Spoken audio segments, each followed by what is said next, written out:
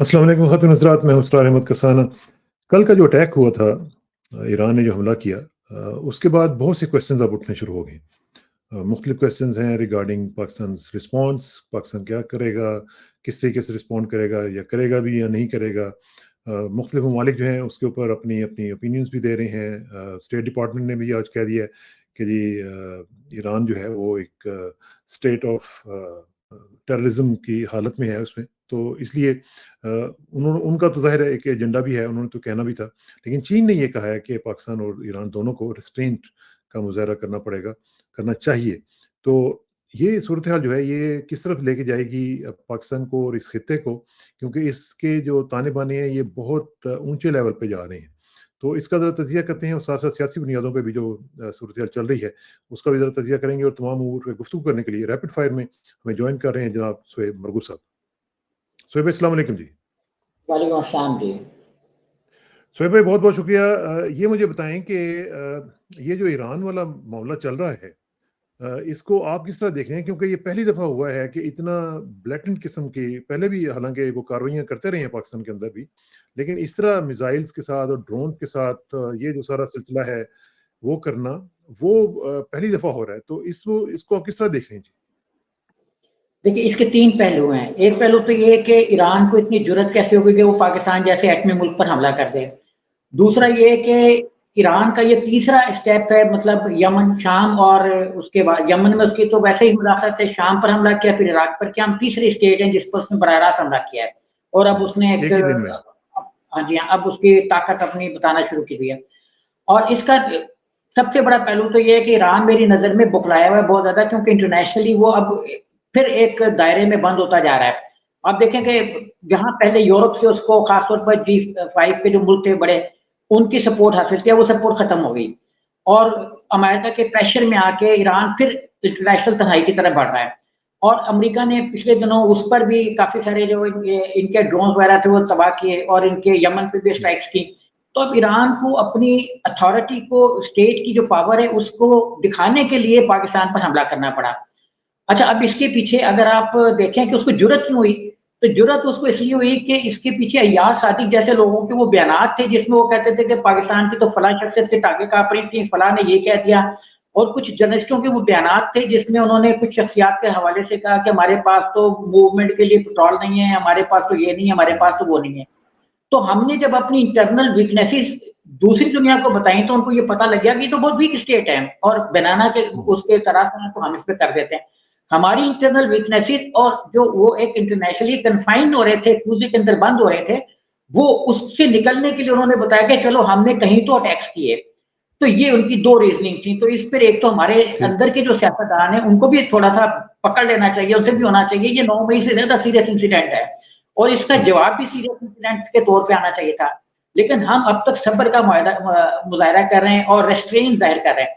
लेकिन चाइना हमें के तो जो है हमें तो ये कहा गया था कि जो 9/11 हो गया हुआ है, वो 9th मई को हुआ था। तो ये जो है, जी। ये फिर आप कह रहे हैं कि ये उससे भी बड़ा 9/11 हो गया हमारे साथ? जी, बिल्कुल, ये हमारे नज़दीक तो उससे भी बड़ा है और ये 9 मई से भी बड़ा है और ये हमारा 9/11 है, क्योंकि दोस्त मुल्क ने हम पर हमला किया। लेकिन अगर आप ईरान की हिस्ट्री को देखें तो चाबहार में जो कुलभूषण साहब थे वो क्या करते रहे थे? और चाबहार के केस में जब कुलभूषण साहब अरेस्ट हुए थे तो ईरानियन फॉरेन मिनिस्टर जो है वो पाकिस्तान कई दफ़ा आए और कई दफ़ा उनका टेलीफ़ोन पर तबादला ख्याल हुआ कि ईरान का नाम ना आने पाए। उसके बाद जो अमेरिका ने एक बड़े टेररिस्ट को बलूचिस्तान में मारा अपने ड्रोन अटैक में, वो भी ईरान से ही पाकिस्तान की सरहद में दाखिल हुए थे, हमें राइट। मालूम था उसमें। हुँ। अच्छा, इससे पहले भी कई लोग जो है वो पाकिस्तान में दाखिल हुए, जो ईरान से दाखिल हुए, हमने उनको पकड़ा भी और ईरान के जो ईरानी टेररिस्ट हैं, उनको भी हमने पकड़ के ईरान के हवाले किया। तो उनको तो हमारा हम मरहून मिन्नत होना चाहिए था, वो हमारे खिलाफ हो गए हैं और इसमें और इसमें उन्होंने इसमें एक बड़ी इम्पोर्टेंट चीज़ ये भी थी कि जो इंडियन फॉरेन मिनिस्टर थे, वो वहाँ पे 2 रोज़ा दौरे पे वहाँ पे थे। तो इस दौरान ये जब अटैक हुआ है, तो ये भी बड़ी एक अजीब-सी बात है कि इंडियन फॉरेन मिनिस्टर जो हैं, वो उनको मिल रहे हैं। और फिर आप ये भी देखें कि पाकिस्तान के साथ जो पाकिस्तानी वज़ीर-ए-आज़म जो डेवोस में है, उनके साथ ईरानी वज़ीर ख़ारिजा की मुलाकात होती है उससे पहले और उसके बाद ये अटैक हो जाता है। लेकिन उसकी चलें आप बात करें, मैं फिर इसकी थोड़ी-सी एक बैकग्राउंड भी देता हूँ। देखिए, बात ये है कि अगर तो मतलब इस अटैक में कोई टेररिस्ट मारा जाता तो हम कहते हैं कि ईरान बिल्कुल जायज़ है। ठीक है ना? अगर कोई मारा जाता। अब इसमें 3 बच्चियाँ ज़ख्मी हुईं, 2 बच्चे बेचारे शहीद हुए। तो अब इस सिनेरियो में हमारी तरफ से जो रेस्ट्रेन है, चाइना के तो वेस्टेड इंटरेस्ट है वहाँ पे हमसे ज़्यादा, क्योंकि ईरान एक अमीर मुल्क है, हमसे तो भारत बेहतर है पोज़ीशन में इकोनॉमिक के लिहाज से।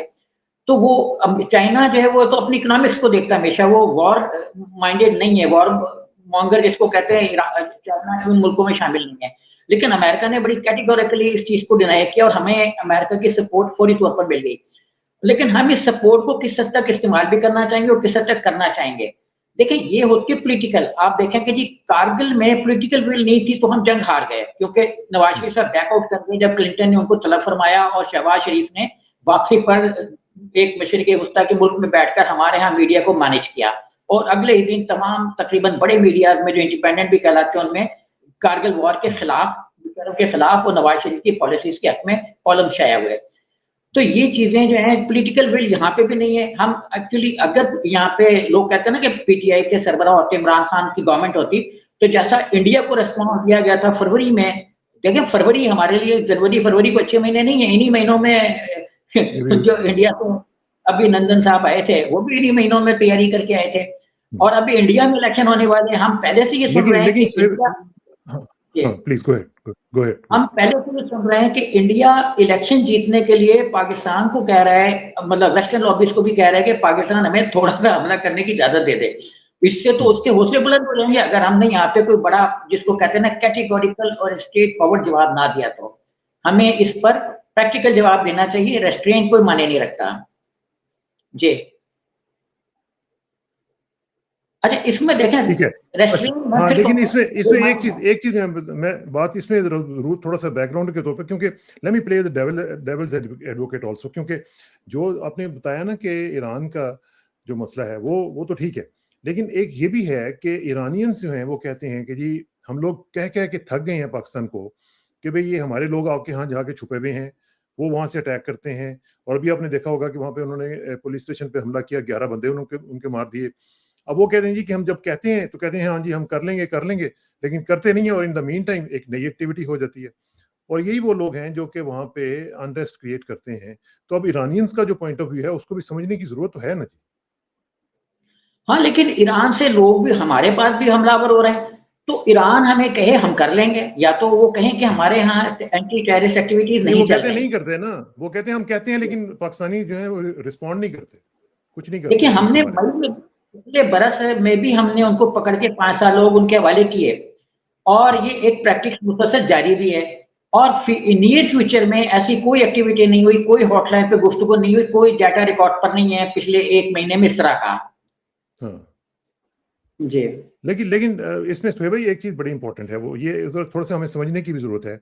नॉर्मली हम लोग क्या करते हैं कि हम लोग वेस्ट की तरफ बहुत ज़्यादा हमारा ध्यान होता है, हम लोग उनको ज़्यादा पढ़ते रहते हैं, उनकी स्ट्रेटजीज भी देखते रहते हैं, सब कुछ क्या हो रहा है। लेकिन जो हमारा हमसाया मुल्क ईरान है या अफगानिस्तान है फॉर दैट मैटर, हम अपने हमसायों को इतना नहीं पढ़ते हैं। जो ईरान के अंदर की जो दाखिली सूरत हाल है, वहाँ पे भी आप सूरत हाल इस तरह आप देखें कि उनकी जो स्ट्रेटेजिक लेवल पे जो डिसीजंस हैं, उनकी अपनी एक एस्टेब्लिशमेंट है और वो जो एस्टेब्लिशमेंट है वो उनकी जो रेवोल्यूशनरी गार्ड्स हैं वो हैं, जिनके पासदारान भी हैं, मतलब कहते हैं। अच्छा, इसी तरह उनकी जो एक अल-कुद्स फोर्स है, ये पैरेलल, जिस तरह उनकी एक आर्मी है, इस तरह नेवी है, फौज है, इस तरह सब कुछ है, इसी तरह ये पैरेलल उनकी अपनी फौज है, ठीक है ना। तो वो डायरेक्टली अंडर आती हैं रहबर के साथ, जो आयतुल्लाह खामनेई हैं। अच्छा, मेरी आज बात हुई है वहाँ पे ईरान के अंदर भी, तो उन्होंने ये कहा कि जनाब यहाँ पे तो लोग कह रहे थे कि यार हमारा तो इस पर कंट्रोल ही नहीं था, हमारा तो ये डिसीजन ही नहीं था, ये तो रेवोल्यूशनरी गार्ड्स ने अपने तौर पर डिसीजन लिया और उन्होंने कह दिया। और यही वजह, वो कह रहे थे कि हमारे फॉरेन मिनिस्टर ने आपके प्राइम मिनिस्टर से मुलाकात की और उनको पता तक नहीं था कि ये हो रहा है। तो ये भी चीजें हैं वहां पे समझने वाली। नहीं देखें, जो रेवोल्यूशनरी गार्ड्स है ना, एक्चुअली पिछले 2-3 सालों में उसकी लीडरशिप जो है ना, 2-3 लोग तो खुद अमेरिकन अटैक्स में हलाक हुए, जहां बक हुए। तो जब वो खुद अपना दिफा नहीं कर पा रहे, तो अब वो एक्चुअली ये जाहिर करना चाह रहे हैं कि हम अपनी दिफाई पोजीशन में भी हैं और हम अपने जो हमारे जो टेररिस्ट हैं हम उनको दूसरे मुल्कों में भी चेस कर सकते हैं। एक्चुअली ये परसेप्शन है। और क्योंकि मुझे ये लगता है क्योंकि इंडियन मीडिया ने इसको आड़े हाथों लिया, उसी वक्त इसको इंडियन मीडिया ने हमें क्रिटिसाइज करने के लिए और अपना जवाब पैदा कर लिया। देखिए वियॉन है, वो जो पालकी आती है न्यूज18 की, मुकेश अंबानी साहब का जो चैनल है, तो वो सारा चैनल एकदम हमारे ऊपर चढ़ दौड़ा और उनके मतलब फॉरेन ऑफिस तक ने स्टेटमेंट डाल दी कि बिल्कुल सही हुआ। हम तो कहते हैं कि ये टेररिज्म के खिलाफ नो टॉलरेशन, ज़ीरो टॉलरेंस की पॉलिसी हमारी है, अब ईरान ने भी इख्तियार कर ली। और ये सारा चूँकि ऑलरेडी जो आपने भी कहा कि वो पहले से इंडिया में उसमें ईरान में मौजूद थे और वहीं से वो ये भी कह रहे हैं बाद लोग कि वहीं से ऑफिशिएट हो रहा था ये सारा मामला, कि ये अब ईरान ने एक्चुअली इंडिया को खुश किया क्योंकि उसकी ट्रेड बेनिफिट जो है ना वो इंडिया के साथ ज़्यादा हो गए हैं। क्योंकि उनकी मार्केट इंडिया की ना, हमारी मार्केट तो 1947 से खुली हुई थी वेस्ट के लिए और मिडल ईस्ट के लिए। इंडिया की मार्केट जो है वो मनमोहन सिंह ने खोलना शुरू की थी वेस्ट के लिए और मिडल ईस्ट के लिए। मिडल ईस्ट की मार्केट जो है वो अब खुलना शुरू हुई को 5-6 सालों में। अदरवाइज़ वो भी क्लोज़ थी क्योंकि इस्लामिक कंट्रीज़ बहुत ज़्यादा दूर थी सेकुलर इंडिया से, लेकिन वो जो एक रेशिस्ट इंडिया है, नस्लपरस्त इंडिया है, उसके हमारा हैरत-अंगेज़ तौर पर जो मिडल ईस्ट है वो करीब हो गया है। और ये भी लोग कह रहे हैं कि जो एक इस्लामी मुल्क के सरबराह इस वक़्त बने हैं, वो एक इंडियन निजाद एक उनकी थी हरम में, उनके बेटे हैं। तो इसीलिए वो मुल्क हर मामले में हमारे खिलाफ जाता है और इंडिया के करीब तरीन होता है और मंदिर-वंदिर भी वो सबसे बड़े बना रहे हुए हैं। तो ये भी एक पॉलिटिक्स है मिडल ईस्ट की क्योंकि जो उनकी अपना नई नस्लें हैं, वो उनकी परवरिश कुछ ऐसे हाथों में हो रही है जो इस्लाम से काफ़ी हद तक दूर हैं।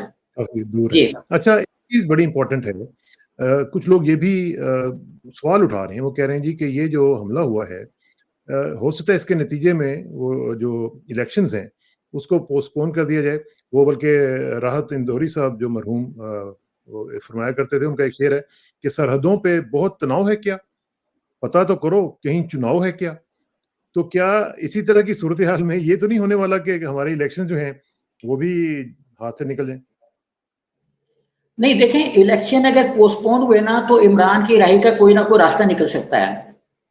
और इस चीज़ का हमारे जो एक कानून का निज़ाम है उसको पता है कि अगर इलेक्शन आगे गए तो इमरान बाहर आ सकते हैं। इसलिए वो ये चाह रहे हैं कि ये सारी कानूनी कार्रवाई जो है वो जब तक मुकम्मल होने से पहले-पहले वो इलेक्शन को करा दें। और आप देखें कि जो एक ख़ास 2-4 लोग हैं जो कमिटेड हैं कि 8 फरवरी को इलेक्शन हो, 8 फरवरी को इलेक्शन हो, वो वही लोग हैं जिनके आने का पाकिस्तान में लोग इंतज़ार कर रहे थे कि ये लोग अपने ओहदों पर आएँगे तो हम फिर इलेक्शन कराएँगे। और सारा सीन आप इसलिए मेरा नहीं ख्याल कि इलेक्शन पोस्टपोन होंगे। जो मेरे तोते, कबूतर, चीलें, कौवे जो भी है वो ये कहते हैं कि इलेक्शन पोस्टपोन नहीं होंगे। इलेक्शंस पोस्टपोन नहीं होंगे। अच्छा, अल्लाह करे कि ना हो, हम तो चाहते हैं कि इलेक्शंस टाइम पे हो जाएँ और ये जो एक कम से कम जो क्लैरिटी है वो सामने आए। अच्छा, अब ये जो ईरान वाला मामला है, इसमें आप क्या समझते हैं कि अब होगा क्या? क्या पाकिस्तान रिस्पॉन्ड करेगा? पाकिस्तान इसके ऊपर किसी न किसी तरीके से, जिस तरह कि आज देखा हमने कि उन्होंने अपने एम्बेसडर को बुला लिया और उनके एम्बेसडर को कहा जी कि आप वहीं पे रहें। तो इस तरह की सूरत-ए-हाल है, इसमें अब ज़्यादा देर इस तरह टेंशन की भी सूरत-ए-हाल जो है वो एक हमसाये के साथ तो नहीं रखी जा सकती है ना? कहीं न कहीं तो हमें बातचीत का मामला जो है वो करना पड़ेगा। आप क्या समझते हैं कि कोई मिलिट्री कार्रवाई भी होनी चाहिए या बस ऐसे ही ठीक है? देखिए मिलिट्री कार्रवाई अगर नहीं होगी ना तो हम वीकेस्ट पोज़ीशन पे आ जाएँगे इस खित्ते में। अभी आप देखें कि तो ऑलरेडी हम अफ़गानिस्तान हैं से ना, हम जी, ऑलरेडी हैं तो नहीं? प्रूवन हो जाएगा ना, अफ़गानिस्तान से हम खामोश हैं। इंडिया को हमने उस वक़्त जवाब दिया जब इमरान खान की गवर्नमेंट थी, वो नहीं होती तो पता नहीं क्या हो जाता। कारगिल में जैसे हमने नहीं रिस्पॉन्स प्रॉपर दिया और हम वहाँ से वापस आ गए, जीते हुए इलाके भी छोड़ दिए हमने। उसी तरीके से अगर अब भी हमने कोई प्रैक्टिकल रिस्पॉन्स ना दिया, मटीरियल रिस्पॉन्स ना दिया, तो ये बड़ी वीकनेस होगी। मैंने मुशाहिद हुसैन को भी सुना, मलिया लोधी साहिबा को भी सुना, तो उन सब का जो एक मैंने ओपिनियन निकाला वो यही है कि हमें इस पर उनको ये के कहना कि जी सफ़ीर जो उनका वहाँ पे गया हुआ है वो वहीं रह जाए, जो हमारा सफ़ीर है वो वापस आ जाए, ये काफ़ी नहीं है, ये एक नाकाफ़ी सिचुएशन है। या तो इंडिया इस पे माज़रत करे।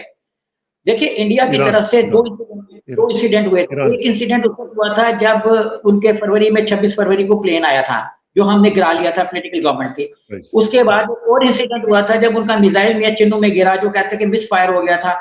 मिसफायर वो इसलिए नहीं हुआ था कि उसके ऑपरेटिव सिस्टम जो है वो 3 लोगों के हाथ में है।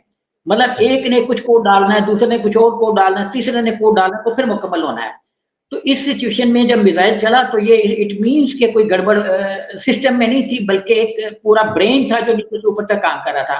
लेकिन हमने इस पर कुछ नहीं किया। हमें इस पे कम से कम डैमेजेस क्लेम करना चाहिए था, इंडिया कोर्ट में जाना चाहिए था, इंडिया को प्रोहिबिट बनाना चाहिए था। कुछ भी लेकिन नहीं किया। चूँकि उस तरह की गवर्नमेंट हमारी एक वीक फुटिंग पे आ गई हुई थी, अंदर पॉलिटिकल टर्मोइल था। तो अब भी अगर हमने यही कहा कि हम रेस्ट्रेन देखें, एक मिडल ईस्ट के मैगज़ीन ने लिखा है, मिडल ईस्ट के मैगज़ीन ने, कि पाकिस्तान रवायती सब्र का मुजाहरा करते हुए कुछ और भी करेगा कि नहीं करेगा।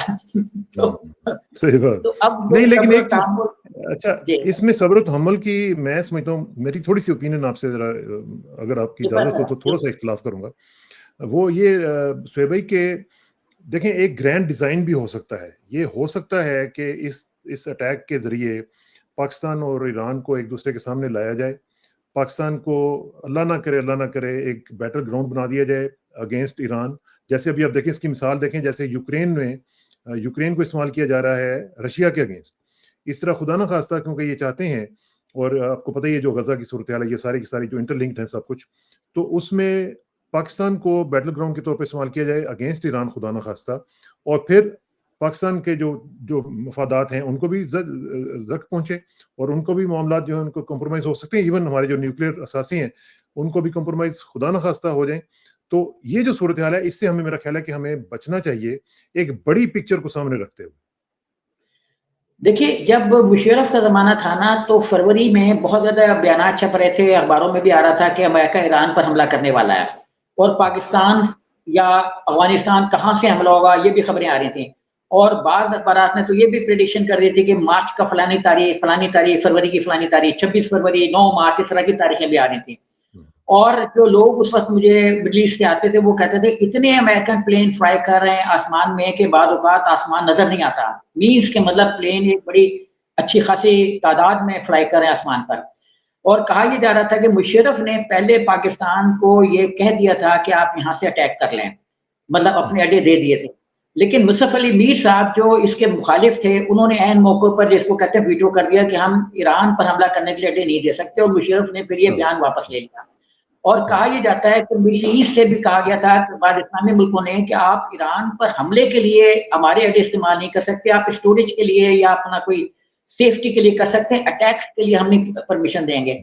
अब जब उनके पास ये सारे सीन खत्म हो गए तो ईरान पर हमला नाकाम हो गया। यानी पाकिस्तान एक बड़ा बेसिक मुल्क था जिसकी वजह से ईरान पर हमला नाकाम हुआ, और ईरानी क़यादत को इस चीज़ का पता है। अच्छा, मैं ये भी यहाँ पे अर्ज़ करूँगा कि जो पासदारान इन्क़िलाब है, वो किसी न किसी के तो ज़ेर साया है। वो उनका जो रहमत एक के डायरेक्ट में। जी हाँ, उनके अंडर है। इट मीन्स कि इसका फैसला हाईएस्ट लेवल पर हुआ। मैं फिर कहूँगा कि हाईएस्ट लेवल पर इसका फैसला हुआ कि पाकिस्तान को भी निशाना बनाया जाए, और पाकिस्तान के एक ऐसे इलाके को निशाना बनाया जाए जहाँ पर सिविलियन बच्चे मौजूद हैं। बच्चे चलो हम कह लें कि कहीं किसी ऑफ़िसर के हों, तो फिर भी हम कह लें कि कोई हो सकते हैं, चलो। लेकिन एक बिल्कुल प्योरली सिविलियन बच्चों को निशाना बनाने का क्या मकसद था? तो ये साजिश तो हो सकती है, लेकिन साजिश में अगर ईरानी क़यादत के टॉप के जो हैं वो मुलविस हैं, तो उनको मदद करनी चाहिए। देखिए, इसका तो वाहिद हल वो है ना जो चाइना ने कहा, रेस्ट्रेंट शो करें। हम चाइना को थोड़ा-सा आगे चले जाते हैं कि रेस्ट्रेंट के बाद मदद भी करें। 5 बच्चे मारे हैं ना, मतलब 3 ज़ख्मी ज़ख्मी हो हैं, गए। 2 हैं, तो मदद तो करें ना। ये तो कहें कि हाँ। भाई हम माफ़ी माँगते हैं, गलती हो गई, गलत टारगेट लग गया। सिविलियंस की शहादत पे तो करें ना। ये सही बात है, और मेरा ख्याल है कि शायद मुझे लगता है कि विदिन अ डे और 2 माज़रत भी शायद आएगी, और मुझे लगता है कि उनको भी थोड़ा-सा होश आएगा कि ये मामला जो है वो खतरनाक हद तक जा सकते हैं। अगर अगर ये साज़िश बहुत बड़े लेवल पे नहीं हुई है, और अगर हुई है तो फिर उसमें हमें हमें भी मोहतात रहना चाहिए, क्योंकि अगर हम उसका हिस्सा बन गए या उसमें हम अपना एक पॉन के तौर पर यूज़ हो गए, तो फिर हमारे लिए बहुत ही बड़ा नुकसान हो सकता है। अभी आप देखें, इंडिया की तरफ से जो रिस्पॉन्स आ रहा है वो देख रहे हैं। अब देखें कि सऊदी अरब की तरफ से कोई रिस्पॉन्स इस तरह का नहीं आया कि जी नहीं, रेस्ट्रेंट शो करें, इस तरह के नहीं होना चाहिए, ये बाहमी ब्रादर इस्लामी ममालिक हैं, कुछ नहीं होना चाहिए। यूएई की तरफ से नहीं आया कुछ भी, क्योंकि उनके साथ उनके प्रॉब्लम्स भी हैं। तो आप यहाँ से अंदाज़ा लगाएँ कि ये मामलात जो हैं, और ये भी आपको याद रहना चाहिए कि जो इस्राएली वज़ीर-ए-आज़म साहब हैं, वो माशाल्लाह ओपनली कह चुके हैं पाकिस्तान के मुताल्लिक कि अब नेक्स्ट जो है वो पाकिस्तान की बारी है। तो ये भी चीज़ें हमें ज़रा, मेरा ख्याल है, ध्यान में रखनी चाहिए कि मामला जो है वो कहीं आउट ऑफ कंट्रोल ना चले जाए। हाँ, लेकिन सबसे पहले तो ईरान भी इन चीज़ों को देखे ना कि जो कुछ इस्राइल कर रहा है वो कि इस्राइल के हाथों में तो नहीं खेल रहा। ईरान की जो टॉप मोस्ट लीडरशिप है वो भी रेस्ट्रेंट शो करे। रेस्ट्रेंट का मतलब ये नहीं है कि जिसने मार खाई है वो अपना मुँह एक और आगे कर दे। वो हुँ, मुँह आगे कर दे बेशक, लेकिन पहले अगला कहे तो सही कि हम बहुत माफ़ी चाहते हैं, हम बहुत दबाव में हैं, तो आप मुँह आगे कर दो, हमने एक थप्पड़ मारना है। तो वो भी रेस्ट्रेंट शो ठीक है। करे और मदद भी करे। फिर हाँ, मतलब बात ये बनती टू वे है। होना चाहिए। ये बिल्कुल ये सही बात है, आपकी बिल्कुल सही बात है कि ये टू वे होना चाहिए। अच्छा जी, आ जाएँ ज़रा थोड़ा-सा पॉलिटिकल सिनेरियो पे भी आखिरी लम्हात हैं। एक तो ये है कि पीटीआई का जो बल्ला केस हुआ है, उसमें हमने देखा कि जिस तरीके से ब्लैटेंटली एक धज्जियाँ बिखेरी गई हैं इंसाफ की और अदल की। उसके बाद हमने देखा कि जस्टिस मुसर्रत हिलाली साहिबा जो हैं, उनके रिमार्क्स आए। तो क्या ये चेंज ऑफ हार्ट हो रहा है? मतलब फैसला कुछ था और उसके बाद रिमार्क्स कुछ आ रहे हैं, तो क्या ये फ़र्क महसूस हुआ है आपको? ये क्या वजह है जी? ये गोंगलुओं से मट्टी झाड़ने वाली बात है। अच्छा। गोंगलू से मट्टी झाड़ी है और पब्लिक में ये ओपिनियन है कि हम तो बहुत न्यूट्रल हैं, देखें हमने ऑब्जर्वेशन दे दी, ऑब्जर्वेशन मीन्स नथिंग। कुछ ये भी नहीं है। सवाल आपके हिसाब से बड़ा वैलिड है कि ये पूरे पाकिस्तान का जो मीडिया है वो इसको प्ले कर रहा है कि देखें जी सुप्रीम कोर्ट में पीटीआई की फतह हो गई, जस्टिस मुशर्रफ हिलाली ने ये कह दिया। ऑब्जर्वेशन जो है ना वो उसका कोई अपना ना पॉलिटिकल वेट होता है, ना लीगल वेट होता है, ना मॉरल वेट होता है, वो हवा में 2-4 दिन रहती है, फिर खत्म हो जाती हैं। तो ठीक। ये बिल्कुल उसका कोई इम्पैक्ट नहीं है, ये गोंगलू हैं, उनसे मट्टी झाड़ी है थोड़ी-सी कि हम बड़े न्यूट्रल हैं, अदरवाइज़ ठीक, ये ज़ीरो है। चलें। जी। ये गोंगलू को हमें हमें खाने की ज़रूरत भी नहीं है। अच्छा, ये बताएँ कि ये जो मामला चल रहा है शेर अफ़ज़ल मरवत के दरमियान और पार्टी के दूसरे लोगों के दरमियान, ये इतना फ़र्क क्यों पड़ रहा है? इसमें पार्टी का भी नुकसान हो रहा है। आप क्या समझते हैं इसकी क्या वजूहात हैं और इसको कैसे हैंडल किया जाना चाहिए? देखिए, रोज़ खबर आती है कि तलाल चौधरी को टिकट नहीं मिला, फलाना हुँ, नाराज़ है, फलाना नाराज़ है, ये मुस्लिम लीग नून में नाराज़गी है, लेकिन वो ऐसे प्ले अप मीडिया में नहीं हो रहा कि ये कोई बहुत बड़ा क्राइसिस है पार्टी के अंदर। हुँ, अब शेर अफ़ज़ल मरवत 100 दफ़ा कह चुके हैं कि वो इमरान खान से कमिटेड हैं। तो हाँ, खत्म होगी बात। इख्तिलाफ तो होता है ना जब इमरान खान से इख्तिलाफ करे। अच्छा जो दूसरी लीडरशिप है गौहर या बाकी लोग जो हैं वो भी कह रहे हैं कि हम इमरान खान से कमिटेड हैं, तो बात खत्म होगी इख्तिलाफ राय तो। फिर परसेप्शन हुँ, का है और एटीट्यूड का है कि हमने कोई कहता है हमने ऐसे लेके चलना है पब्लिक को, कोई कहता है हमने इस तरह से लेके चलना है। तो बज़ाहिर कोई बड़ा इख्तिलाफ नहीं है लेकिन ये मीडिया में ऐसे नज़र आ रहा है जैसे कोई जिन्नाती किस्म का इख्तिलाफ है। तो अब ज़ाहिर है जैसे प्ले उनमें अप किया इख्तिलाफ गया। भी हो गई, दोनों तरफ से ट्वीट हुँ, भी आ गया, तो इसमें ये प्ले अप ज़्यादा हो रहा है, ग्राउंड पे ज़ीरो है। ग्राउंड पे ज़ीरो है लेकिन नुकसान तो ज़ाहिर है कि जो कारकुन हैं, हाँ, उनके अंदर एक फीलिंग तो आती है ना कि ये क्या हो रहा है? जी कारकुनान में ये फीलिंग है और इसको नहीं होना चाहिए, बिल्कुल ये नहीं होना नहीं चाहिए होना चाहिए। कारकुनान के अंदर। ठीक। जी हाँ। अच्छा, आप ज़रा सुप्रीम कोर्ट की तरफ वापस आते हैं। सुप्रीम कोर्ट पे आपको याद है बल्कि शेर अफ़ज़ल मरवत साहब ने कहा था कि जी हम अदम एतमाद का इज़हार करते हैं काज़ी ईसा पे, लेकिन फिर बाद में फिर उनको कहा गया कि नहीं, हम करते हैं एतमाद और हमें कोई मसला नहीं है। तो क्या ये जो एतमाद का इज़हार था, उसकी वजह से पीटीआई ने बल्ला खोया जी अपना? जी हाँ, बिल्कुल देखिए भुट्टो ने जब एतमाद का इज़हार किया तो वो फांसी चढ़ा दिया अनवर उसने मौलवी मुश्ताक साहब ने। और जब हुँ, एतमाद का इज़हार किया बेगम नुसरत भुट्टो ने जस्टिस अनवर उल हक पे तो उन्होंने मार्शल लॉ को नज़रिया जुर्म के तहत जायज़ करार दे दिया। तो हुँ, कोर्ट्स को क्यों ये ज़रूरत महसूस होती है कि उस पर एतमाद का इज़हार करें या एतमाद का इज़हार ना करें? और कोर्ट्स ये हाँ, क्यों कहती हैं कि अगर आपको हम पर एतमाद नहीं है तो आप मुकदमा वापस ले लें, कहीं और चले जाएँ। जैसे इस वक़्त भी बाज़ जज साहिबान हुँ, ने ये फरमाया कि आप वापस ले लें मुकदमा अगर आपको हम पर एतमाद नहीं है। कोर्ट्स का ये मकसद नहीं है, ना ये उनको करना चाहिए, वो ठीक है मतलब समाअत तो उनको करनी चाहिए हर सूरत में, चाहे कोई उन पे हुँ, एतमाद कर रहा है, चाहे कोई नहीं कर रहा और ये उनको पूछना भी नहीं चाहिए। ये कोर्ट का मतमए नज़र नहीं होना चाहिए। ये हुँ, सवाल ही एक्चुअली पैदा नहीं होना चाहिए, सवाल का पैदा होने का मतलब ये है कि लोगों को कि कोर्ट्स पर इंसाफ एतमाद नहीं है।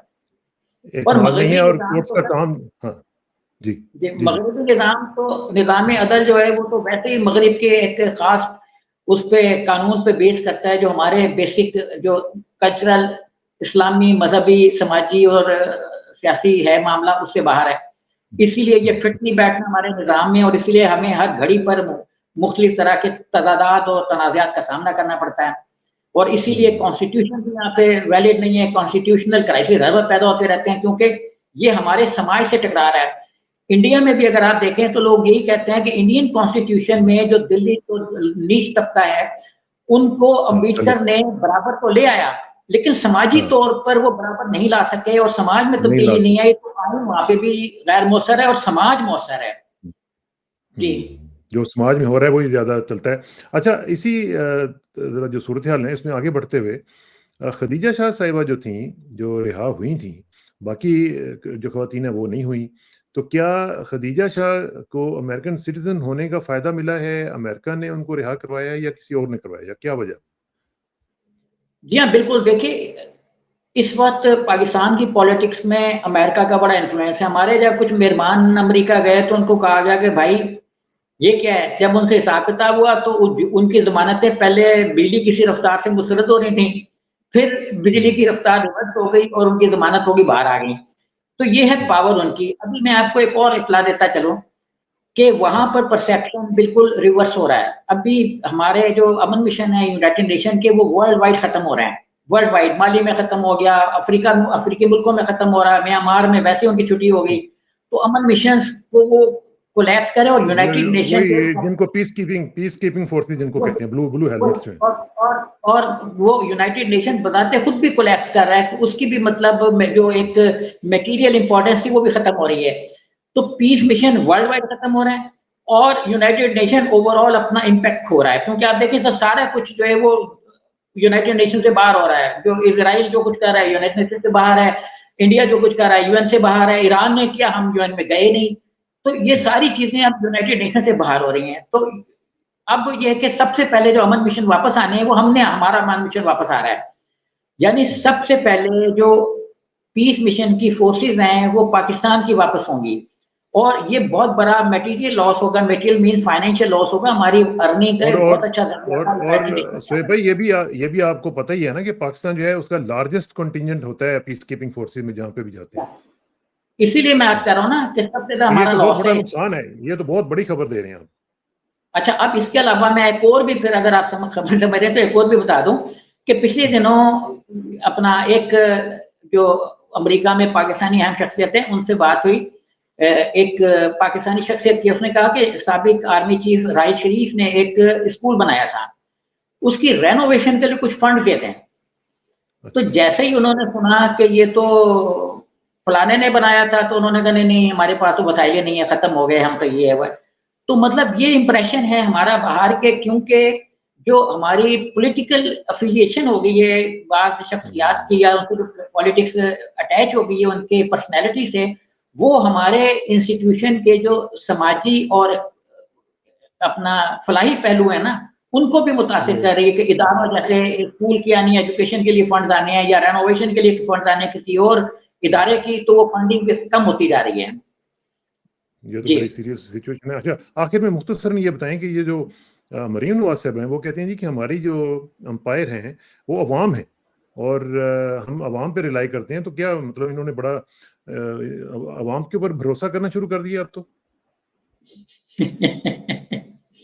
उनके अंपायर है, देखें जी उनके कल उन्होंने ये भी कहा कि अगर घड़ी चोर का कोई सिंबल हो तो हम रेकमेंड कर देंगे, अगर कोई और ऐसा सिंबल हो 9 मई जैसा तो हम वो रेकमेंड कर देंगे।